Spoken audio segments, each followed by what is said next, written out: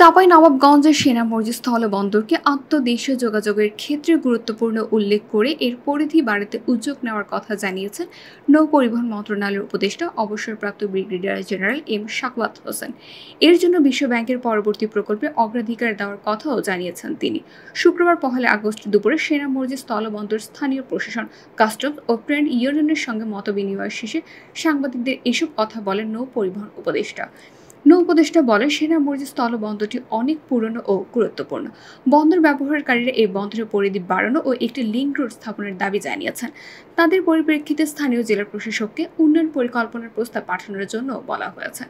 পরিকল্পনা সেনা মসজিদ স্থলবন্দর সংলগ্ন কিছু খাস জমি রয়েছে, আরও কিছু জমি রয়েছে ব্যক্তি মালিকানার।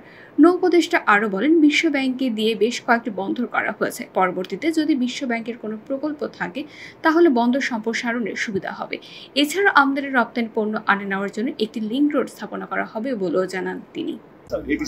আমি অলরেডি বলেছি যে সমস্যা কিছু আছে, যে সমস্যাগুলো দেখার জন্য ডিসি সাহেবকে বলেছি। একটা রাস্তার বিষয় আছে, 2.5 কিলোমিটার 3 কিলোমিটার রাস্তা, এটা একটা প্ল্যান করার জন্য।